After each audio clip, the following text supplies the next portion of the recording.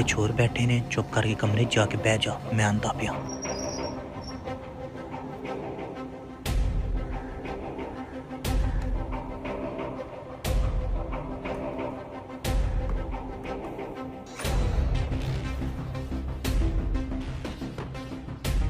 ओए तू बाहर जा ते 2 कप चाह बना ते किसी नूं अंदर ना आण देवीं। 1 मिनट।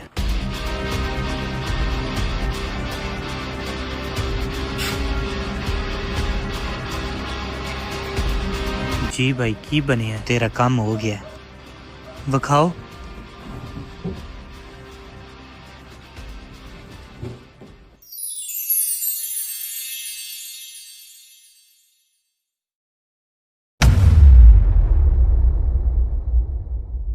जान लगे छुपा के जाई, किसी ने पता ना लगे।